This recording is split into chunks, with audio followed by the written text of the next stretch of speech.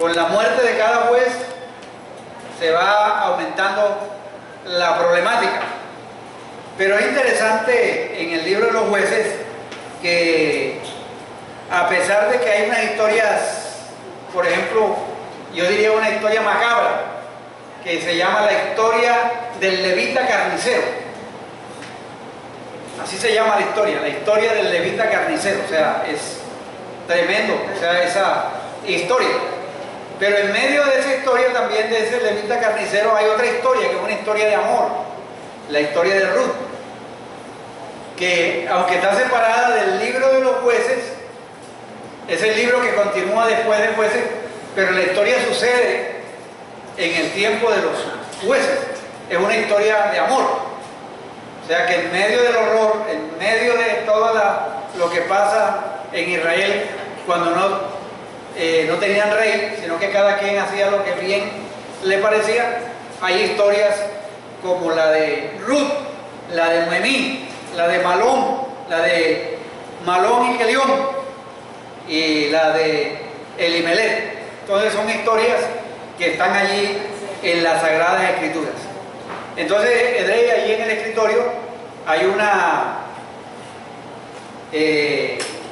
pasaje del Salmo, pero tenme esa quieta, busca la otra que está allí al lado en relación con Jueces capítulo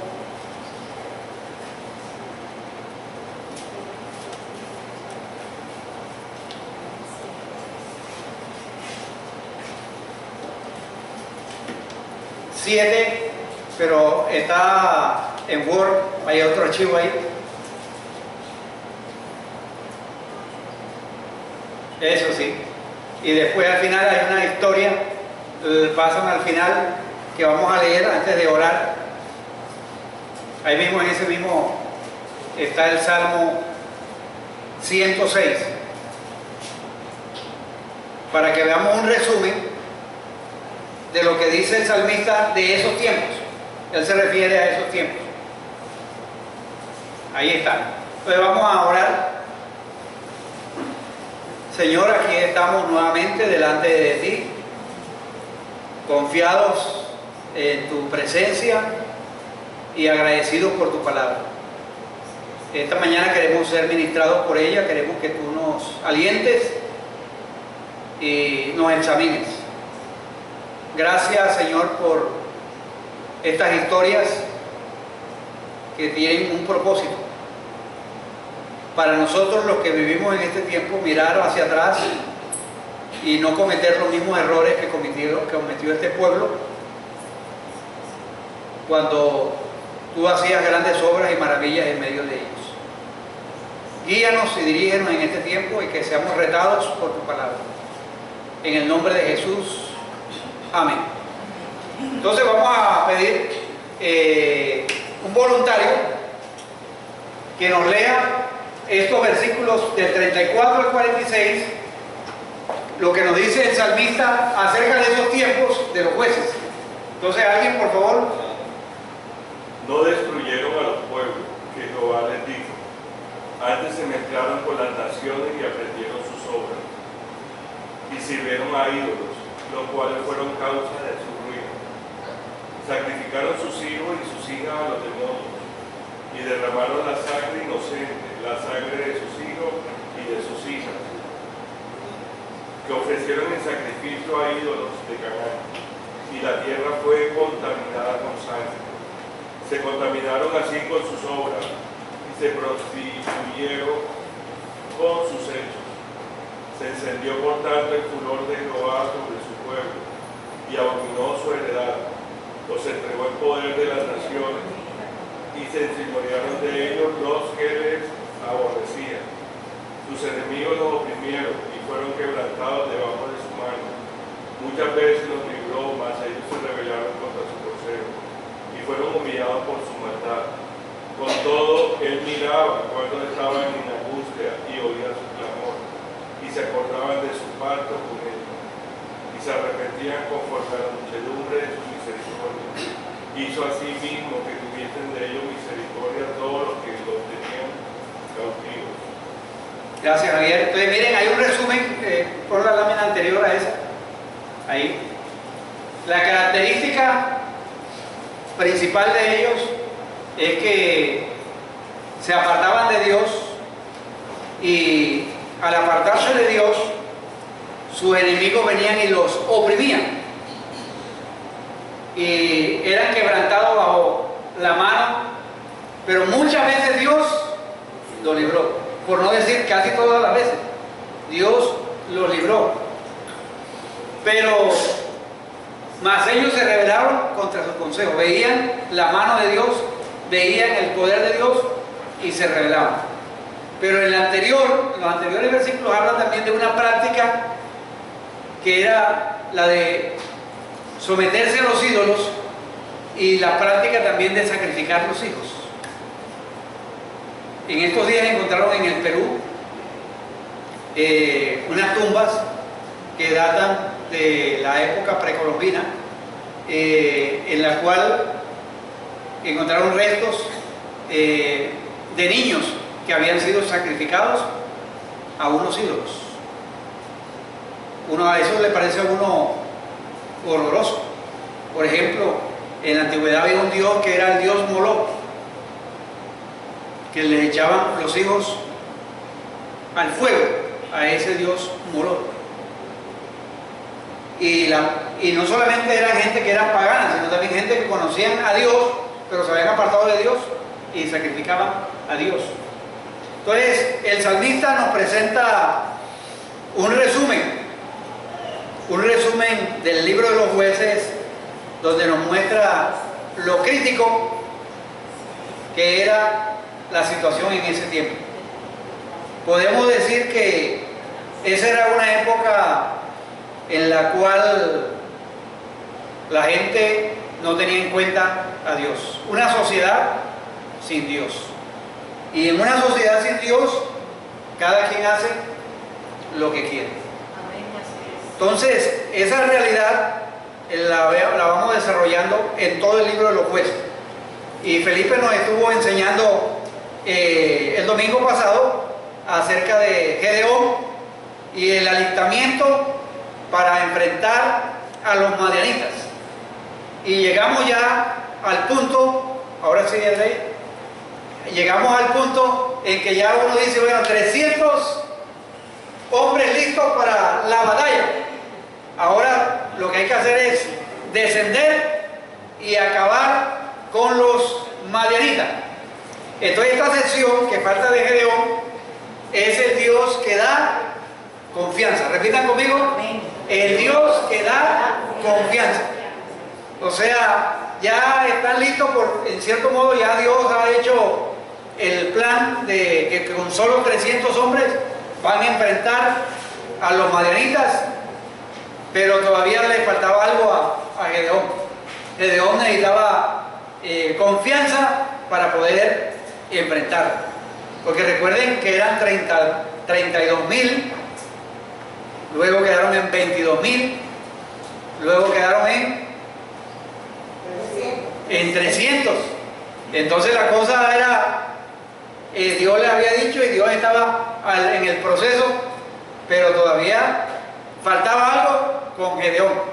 Entonces vamos a leer, o vamos a ir mirando más bien en el proceso de la lectura a Jueces capítulo 7, versículos 9 al 25.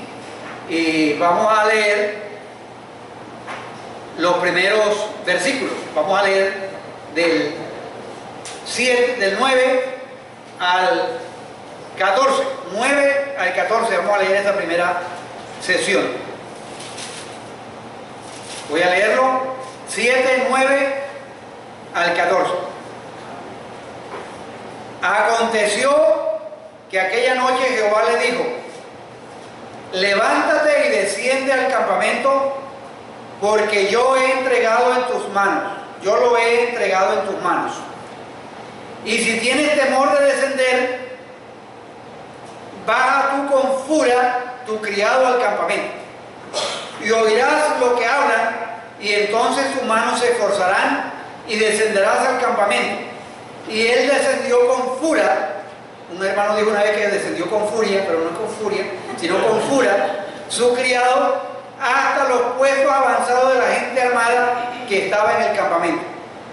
Y los madianitas y los amalecitas y los hijos del oriente estaban tendidos en el valle como langostas en multitud, y sus camellos eran innumerables como la arena que está a la ribera del mar en multitud. Cuando llegó Gedeón, he aquí que un hombre estaba contando a su compañero un sueño, diciendo: he aquí, yo soñé un sueño. Veía un pan de cebada que rodaba hasta el campamento de Madián, y llegó a la tienda y la golpeó de tal manera que cayó y la trastornó de arriba a abajo, y la tienda cayó. Y su compañero respondió y dijo: este no es otra cosa sino la espada de Gedeón, hijo de Joás, varón de Israel.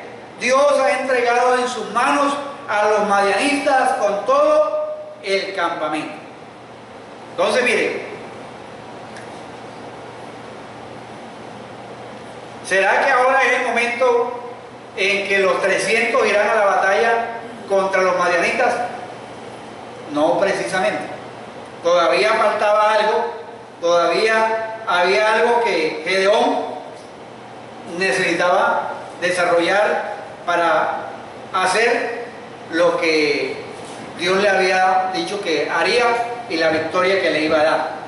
Entonces, Dios que da confianza es el Dios que le habla una vez más a Gedeón, pero esta vez no le habla con el propósito de quitar su potencial, sino para darle una seguridad de la victoria.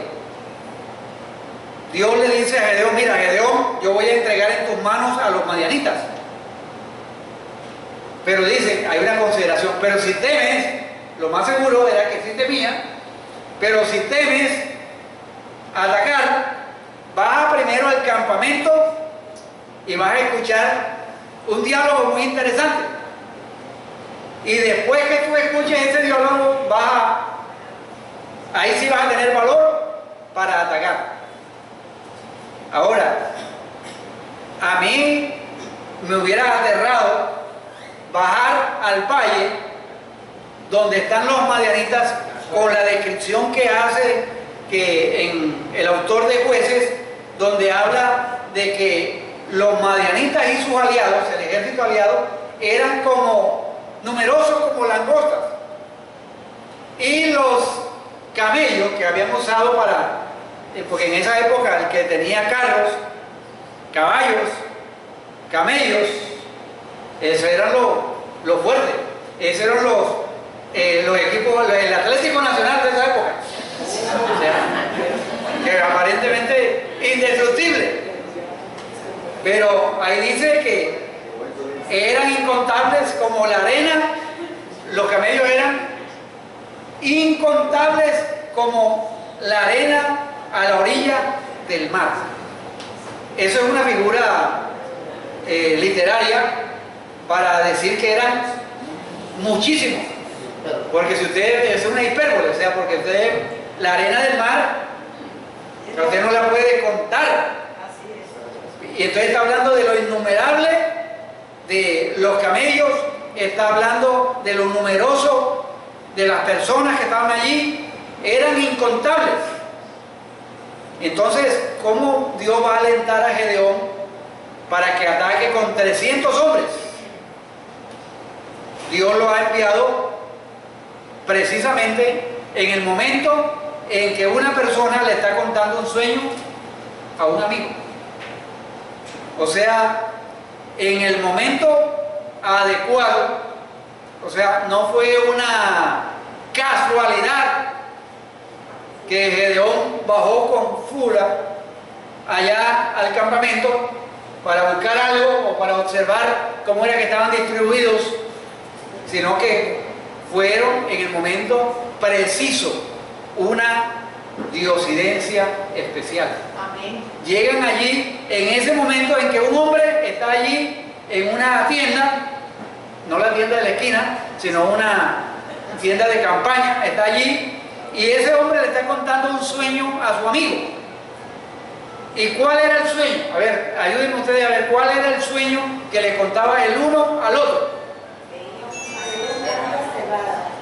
Ajá. Un pan de cebada que rodaba. Recuerden, Gedeón estaba arriba, los madianitas estaban abajo. Ese pan de cebada rodaba. ¿Y qué pasaba con la tienda? La golpeó y cayó y la destruyó. O sea, lo insignificante de pronto de un pan de cebada en comparación con esa carpa firme, o sea, ese pan, el super pan, pues, o sea, tremendo pan, o sea, con tremenda fuerza que cae allá abajo y tumba la carpa. Entonces, no, pensaba que para que no te ponen a los enemigos ahí. claro, o sea, Un sueño puesto por Dios. Y segundo, el pan de cebada simboliza el ejército de Gedeón. claro que sí, o sea, Entonces, ellos que han ido creciendo. exactamente, o sea, están colocando y viendo lo insignificante que es un pan de cebada, que era la comida popular del pueblo, y los ejércitos madianitas, la que es representado por la tienda de campaña. De hecho, Dios estaba en el asunto. Dios coloca esa conversación, ese sueño, y no solamente eso, sino que ellos mismos interpretan. Las dos personas que están en el sueño allí, ellos mismos interpretan el sueño. Y el uno al otro dice, este pan de cebada que golpea la tienda madianita debe ser, no es otra cosa que Gedeón, la espada de Gedeón, que nos va a destruir. Entonces, nadie se preocuparía por un pedazo de pan que va a derribar su tienda. Los madianitas no estaban preocupados, sino de pronto ellos confiados que 300 hombres allá, el resto ya, de pronto ya por WhatsApp, alguien por espía le mandó un mensaje y le dijeron, no, mira, el ejército de Gedeón se fue, o sea, solamente quedaron 300. 300 solamente. ¿Y cuántos eran ellos? ¿Cuánto fue que nos dijo Felipe la vez pasada? 32.000. Bueno, no, los madianitas. 150 años. Exactamente, o sea, por lo menos eso era como 158.000 madianitas. O sea que en proporción, grandísimo. Y esos hombres madianitas habían tenido aterrorizados a los israelitas por 8 años. No obstante, en el contenido del sueño, el hombre dice a su amigo, esto no significa otra cosa, no le des más vuelta al asunto de este sueño, no te pongas aquí a buscar pitonizo ni pitoniza por allá. Esto significa que la espada de Gedeón, el israelita, Dios ya nos ha entregado en las manos a Gedeón. Así que Dios va a destruir todo el campamento. Estaba listo ya. Estaba listo. O sea, tremendo. O sea, Gedeón escucha eso. Y uno dice, bueno, con esta revelación, con esta interpretación, no hay otra manera sino actuar como Dios ya ha dicho. Ahora, cuando uno ve a Gedeón, cuando uno ve al pueblo de Israel, cuando uno ve a los madianitas, uno se da cuenta que no somos tan débiles como a veces somos, como a veces pensamos que somos. A veces solamente nos enfocamos en nuestras propias debilidades y nuestras propias realidades, pero nos olvidamos que Dios es fuerte, que Dios es grande, que Dios es el Dios de promesa. O sea, las cosas, para Dios no hay nada imposible, que las cosas que se oponen a nosotros no son tan fuertes como parecen, pero Satanás las hace ver grandes y pensamos que estamos obligados a caer, estamos obligados a pecar y que el poder de los ídolos no se puede romper, que los que se burlan de nosotros, que nos persiguen, entonces estamos en un desastre total. Entonces, Edrey, vamos a ir resumiendo. Dios le habla a Gedeón una vez más, pero esta vez con el propósito para darle la seguridad de ¿qué? De la victoria. Voy a entregar en tus manos ¿a quién? A los madianitas. ¿Seguí? Sí. Y entonces encontramos el pan de cebada. Y en la segunda parte, el Dios que le da confianza o seguridad a Gedeón. Miren que Gedeón en varias ocasiones necesitó que Dios le reafirmara quién era él. Por ejemplo, cuando el ángel, cuando un ángel quemó la ofrenda, o sea, que aceptaba la ofrenda de Gedeón, del toro aquel que fue y recogió y lo mató. ¿Se acuerdan que también hubo dos milagros sobre un vellón? O sea, que se moje o que no se moje. Dos veces Dios le respondió y le confirmó.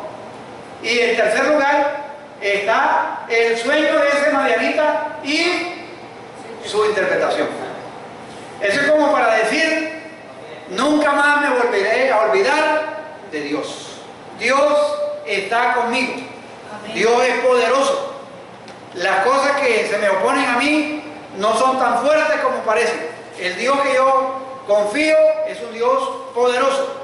No me importa que sean numerosos como langostas. No me importa que estén llenos de armaduras. No me importa que tengan innumerables camellos.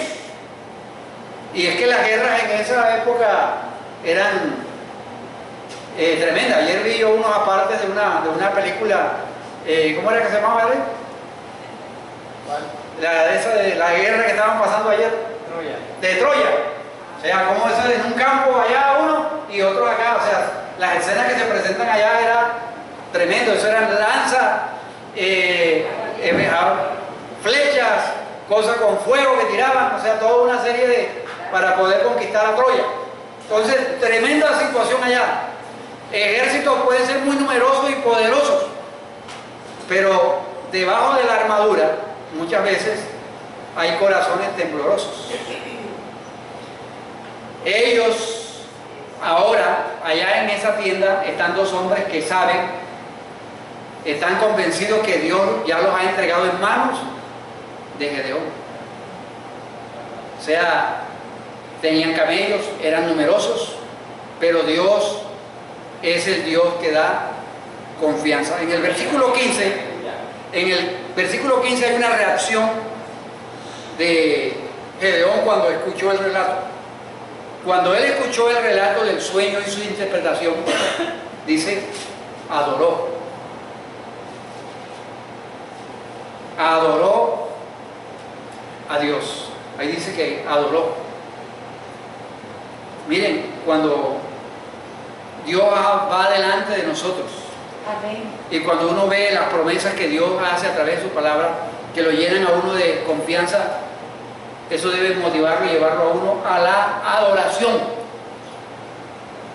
Dice la Escritura allí que adoró a Dios, que puso delante de Dios su corazón en gratitud, porque Dios es Dios y Dios le dio esa confianza. Y entonces eso lo estimula para ir a la acción. Luego de que adora a Dios, el versículo 15, vuelve al campamento de Israel, sube la loma y le dice a la gente, levantaos. Entonces mire, porque Jehová ha entregado el campamento de Madián en vuestras manos. Es interesante en el relato que ya no es que Dios ha entregado a los madianitas en la mano de Gedeón, sino que Él transmite eso al pueblo, dice, lo ha entregado en vuestras manos, dándole también, transmitiendo esa confianza que Él ha recibido de parte de Dios, porque es que Dios es un gran confortador. Dios es el que toma la iniciativa. Dios seguramente vio a Gedeón temeroso, pero lo lleva allá, escucha la conversación, le da confianza y llega al campamento como Dios lo había visto.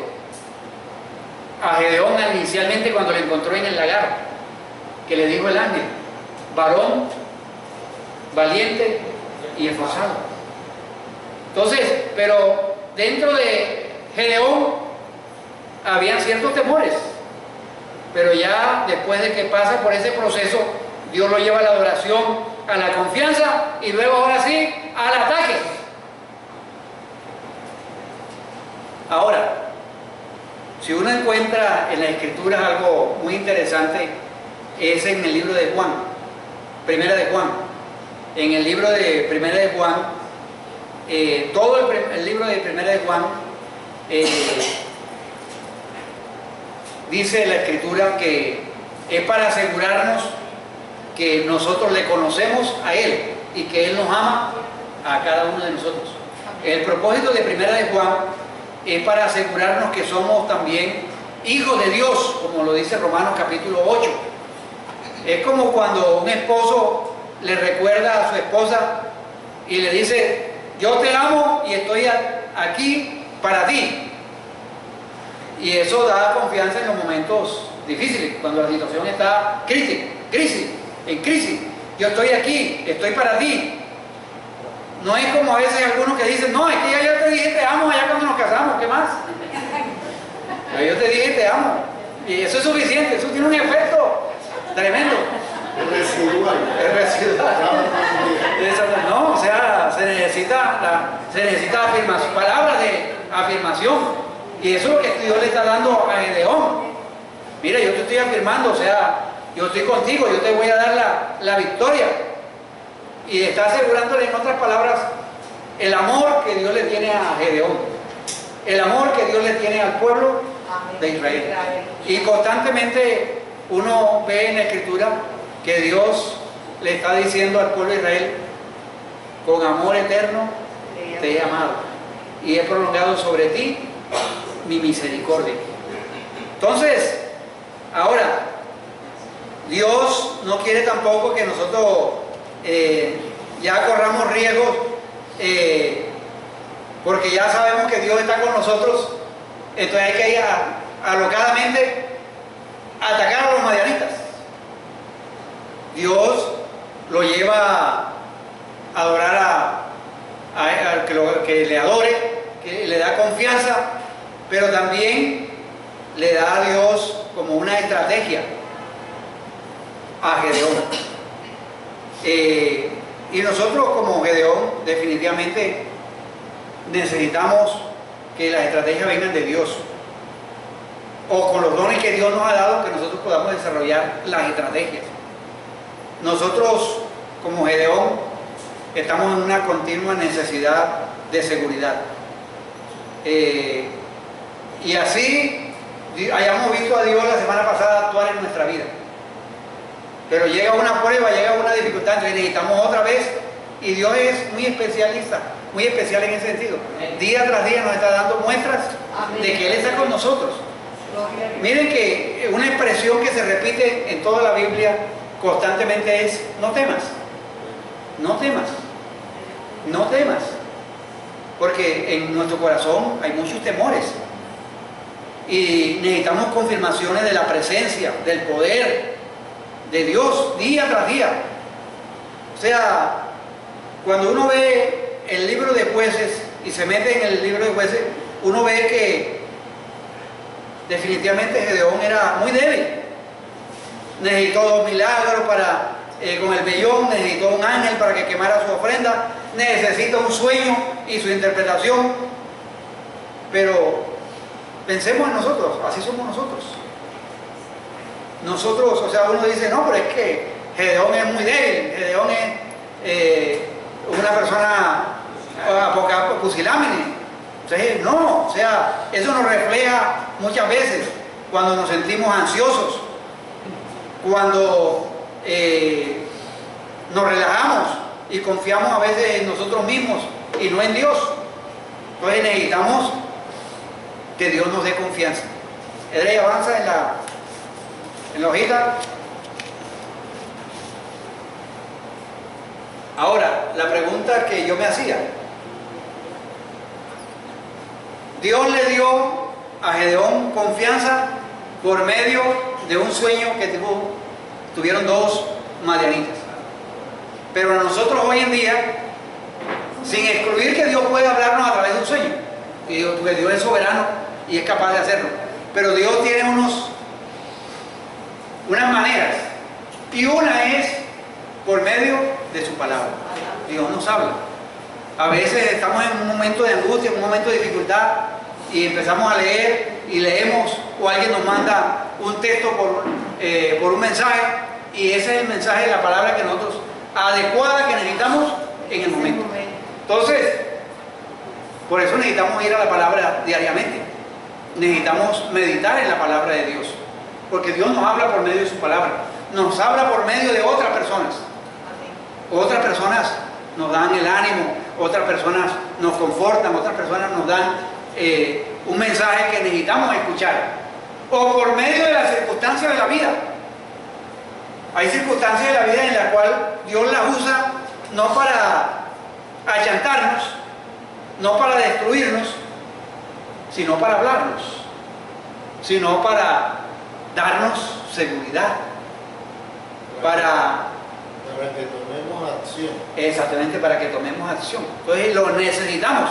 Entonces ahí tenemos que necesitamos la continua seguridad de Dios en lo que hacemos. Él nos da confianza por medio de su palabra.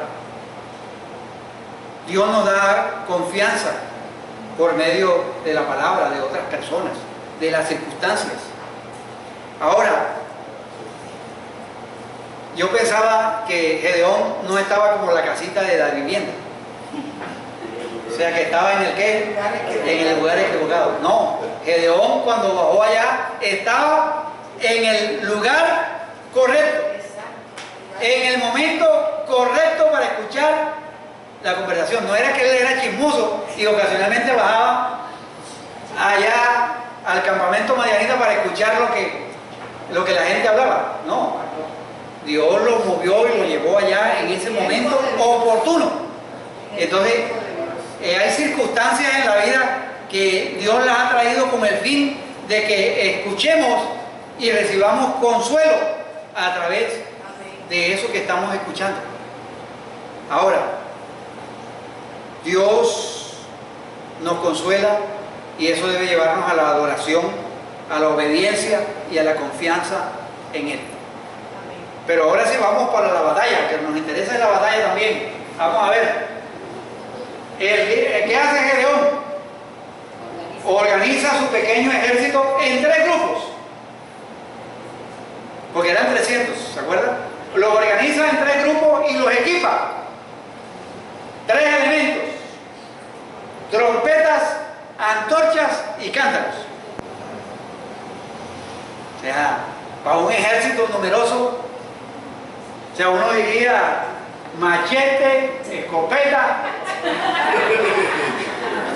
No, o sea, trompetas, antorchas, escondidas en unos cántaros. O sea que no era, en ese momento la luz no era visible. Ahí sí es necesario que esté la luz debajo de un almud. Ahí la tenían escondidas. Entonces, hay una estrategia en eso. O sea, no es simplemente algo alocado que está haciendo. Para que no los identificaran a primera vista. Exactamente. Entonces, divide a su pequeño ejército en 3 grupos y los equipa.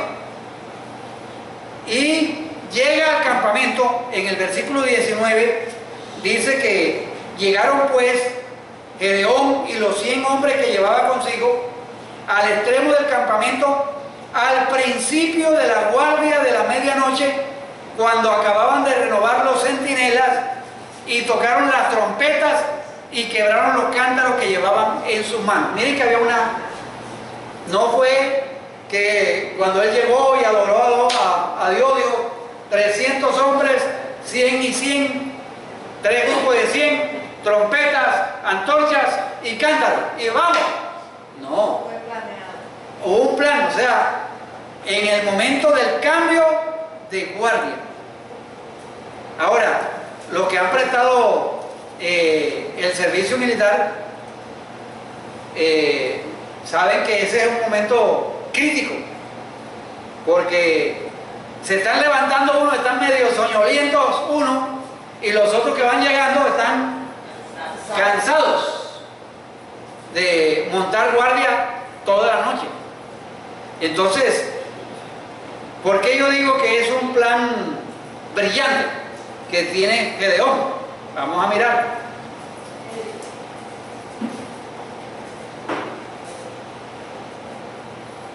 Llegan al campamento y en el momento del cambio de guardia primero tocan la trompeta, rompen los cántaros. Me imagino que eso produce también algún tipo de ruido. Rompen los cántaros y luego con sus antorchas gritan. 300 hombres, 100, 100 y 100. O sea, allí, en primer lugar, se invalida el tamaño de la disparidad en el ejército. 300 contra toda una multitud. O sea, yo estaba tratando de imaginarme que los israelitas con ese acto parecen y se oyen mucho más grandes en el tamaño que realmente son. ¿Me explico? O sea, son 300, pero con ese acto de grito, de tocar trompeta, de romper cántaros, de las cosas encendidas, da la sensación de que viene un ejército inmenso. Ahora, la diferencia en fuerza, lo que para los madianitas representaban los camellos, eso ayuda a que esta gente de pronto se enredaban en las cabullas de los camellos. O sea, al escuchar los gritos y todo y las trompetas de esos camellos se enredaron el uno con el otro y la gente se formó una confusión tremenda. Tercer aspecto, llegan en el momento que el enemigo es más débil, en el momento del cambio de la guardia. Ellos tenían vigilias durante la noche y cada vigilia representaba un turno. Entonces, y el ejército estaba durmiendo.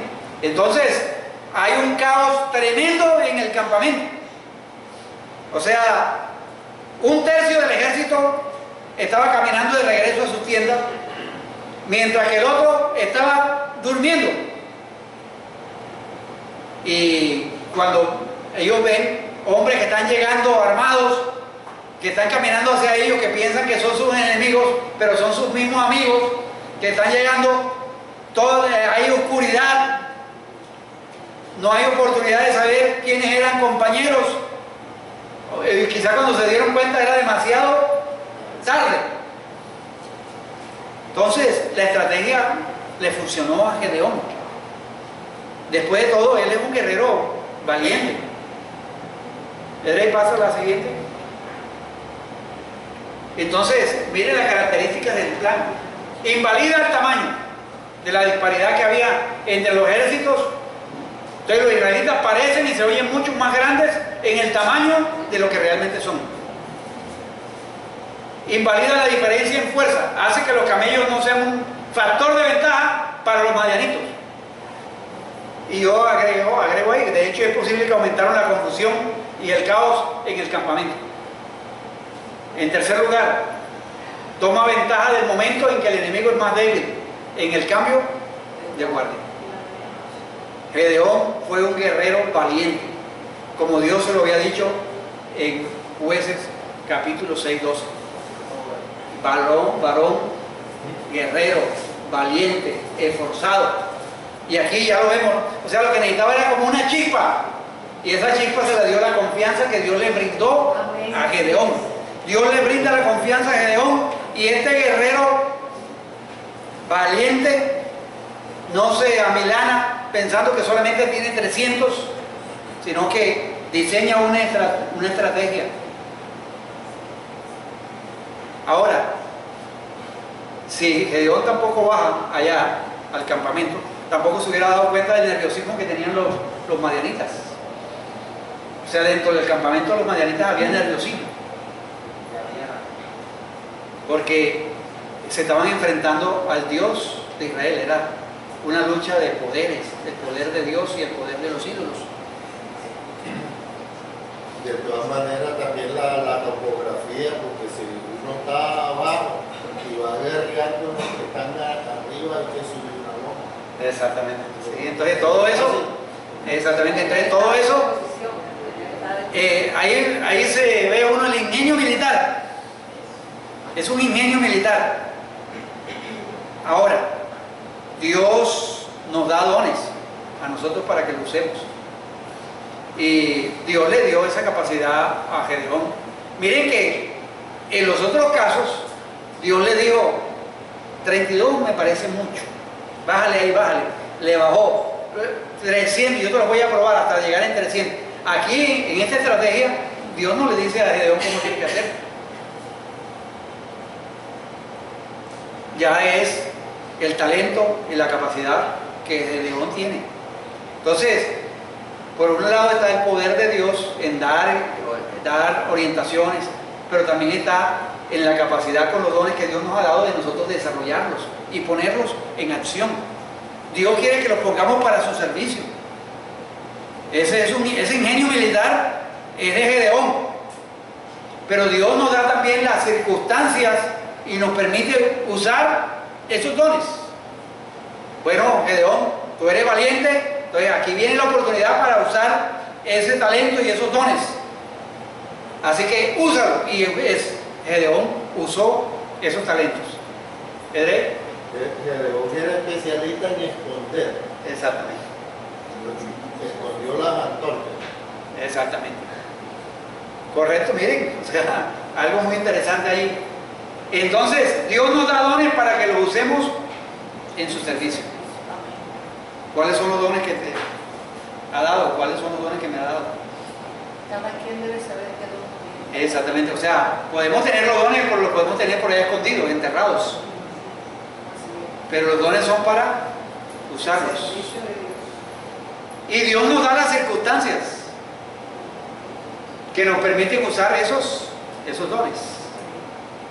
Miren, la primera vez que me tocó a mí enseñar en la iglesia Macedonia en Valledupar, yo fui a el pastor se me había dicho una vez, vaya leyéndose un pasaje por ahí, porque en cualquier momento, porque por allá en esa tierra ya no le avisan, allá no lo ponen a uno en un papelito allá y le dice el día tal le toca, no. O sea, ese día yo estaba allá, lo último me senté por allá en toda cuestión, porque estaba cuidando unas ciclas de unos hermanos que estaban afuera y estaba pendiente, y de pronto estaban esperando el que va a predicar y el predicador no llegaba. Cuando yo veo que por detrás se me acerca el papelito y el pasaje aquel que yo le dije, prepárese y enseñe. O sea, llegó la hora. O sea, yo había preparado algo, pero o sea, demoré nada más como 7 minutos. Se me acabó todo. O sea, pero a partir de ahí, o sea, este hermano vio y entonces empezó a descubrir el talento que Dios me había dado. Entonces, a veces está el talento, está el don ahí y hay que soltarse, o sea, y lo sueltan a uno y hay que soltarlo enseguida, a la acción. Gedeón puso sus dones al servicio de Dios. Y Dios da la circunstancia. Entonces, el resultado de la batalla es una conclusión sabida de antemano. Porque Dios ya lo había anunciado. Quería aportar a eso que a veces nos quedamos solamente orando por pedirle a Dios que nos muestre el don, por solamente por aquella circunstancia y no actuamos. La idea es orar, pero también actuar. Y necesidades hay, y circunstancias hay, entonces es bueno llevarlas a la acción, porque si es fácil quedarse uno con el talento como aquella parábola, ¿se acuerdan? Del que cogió el talento y lo enterró por allá porque pensó que el Señor era muy duro. Como decía mi abuelo, a Dios rogando y con el mazo dando. Exactamente, sí. Primera de Juan, que 8. Primera de Roberto.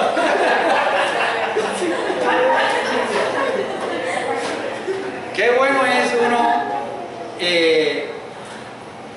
actuar confiado en lo que ya Dios ha dicho.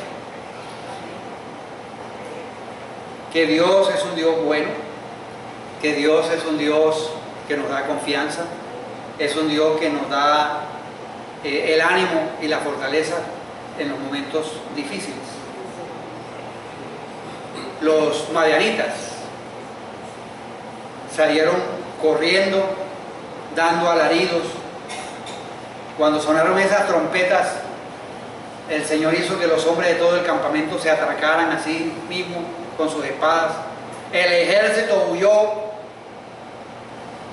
Yo creo que ni siquiera los 300 tuvieron que matar a ningún soldado enemigo, sino que entre ellos mismos se mataron, mientras ellos observaban.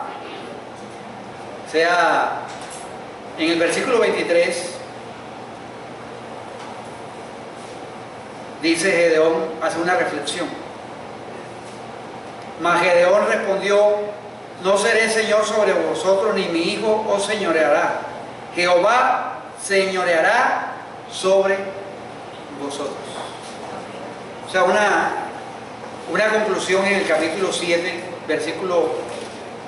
el 8, capítulo 23, perdón, donde definitivamente Gedeón aprende la lección de que realmente se trata del Señor, que el Señor es nuestro Salvador, que el Señor es el que quiere gobernar en nuestras vidas. Es una victoria completa. Dios, pero también hay algo curioso que yo encontré para terminar. La primera vez que encontramos en este relato a Gedeón, se estaba protegiendo de los madianitas. ¿Dónde? En un lagar. La primera muestra de confianza que da la presencia de Dios, de que Él estaba con él, se llevó a cabo en una roca, cuando el ángel del Señor quemó su ofrenda. Entonces hay un lagar y hay una roca, y miren cómo termina la historia. Dios usó a Gedeón para derrotar a los reyes de los enemigos, que ahora son muertos, en una roca y en un lagar. O sea, donde comenzó la historia, allí termina. Los enemigos de Dios realmente no son tan fuertes como parece. Parece una multitud como las langostas, numerosas como las langostas. Así la vemos nosotros. Así la vemos nosotros. Vemos camellos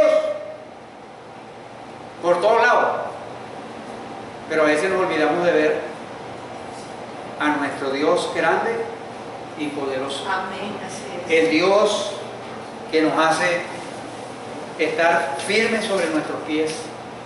El Dios que nos alista para la batalla. El Dios que dice que el hombre, el caballo se alista para la batalla, pero es Jehová quien da la victoria. Entonces pensemos por un momento y reflexionemos a través de esta historia. ¿Qué cosas se oponen a nuestra fe y obediencia? En otras palabras, ¿cuáles son los temores que tenemos nosotros en el momento? Esas cosas que pensamos que son más fuertes que nosotros. La pregunta es, ¿serán esas circunstancias que tú y yo estamos pasando más fuertes que Dios? ¿Serán superiores a Dios? Puede ser que a tus ojos o a mis ojos la problemática que yo tenga es una problemática muy grande, pero no la miremos a la luz de nuestros ojos, miremosla a la luz de los ojos de quién es Dios. Amén. Dios es grande, fuerte y poderoso. Amén. Así es, amén. Ahora, ¿De qué maneras y formas estamos siendo desafiados para dar pasos de fe en un nuevo trabajo? Pasos de fe, no simplemente quedarnos, no, Dios me ha dado talentos y capacidades, pero Dios te ha dado una capacidad de que puedes desarrollar y plasmar un proyecto o algo de un trabajo, una microempresa o algo, o sea, pero tienes que dar el paso de fe y actuar, no simplemente quedarnos con la capacidad y los dones que tenemos, porque los dones y las capacidades que tenemos no solamente son para usarlas en el servicio de Dios, sino también en beneficiar nuestra propia vida, beneficiar nuestra familia. Así es. Entonces, Dios nos está desafiando a que demos pasos de fe. Y cuando nosotros tomamos pasos de fe, encontramos la fuerza de Dios, encontramos su seguridad para hacerlo. Porque se trata de Dios, no de nosotros. Y recuerden que al fin y al cabo, lo que Dios persigue es su gloria Amén. a través de nosotros. Así es. Entonces, Dios nos reta. Dios retó a Gedeón. Pueden ser numerosos, puedes tú ver los problemas que tienes. Sacas tú tu cuaderno y empiezas a ver los problemas y las dificultades que tienen y dices numerosos. Numerosos como langostas. Deudas. Ahí viene la deuda, ahí viene los desafíos de trabajo, ahí vienen las relaciones, ahí vienen toda una serie de que son numerosos. Pero mientras uno escribe esas realidades, también debe escribir otras realidades. Dios es fuerte, Dios es poderoso, Amén. Dios da confianza, Dios da seguridad, Dios es mi Dios y con Él haré proezas y en Él avanzaré. Amén. Así es. Porque ese es nuestro Dios. Es un Dios que va siempre alante de nosotros, delante de nosotros. Y Dios, ese es el Dios de la Biblia, ese es el Dios que yo lo encuentro. Por eso yo creo que el libro de Jueces está escrito en cierta medida para que veamos, no tanto el desastre espiritual y moral de la gente, sino para que veamos el poder de Dios a pesar de la oposición, a pesar de la cantidad de enemigos, a pesar de la idolatría, a pesar del pecado, yo sigo siendo Dios, dice Él. Y los planes míos los sacaré adelante, dice Dios. Y recuerden, nosotros somos sus hijos, somos la niña de sus ojos. Y Él quiere siempre lo mejor para nosotros.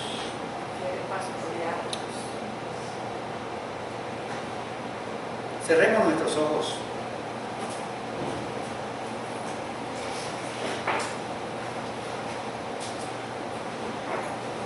Y alabe, adore a Dios. Exprésele a Dios lo que significa Él para usted en esta mañana.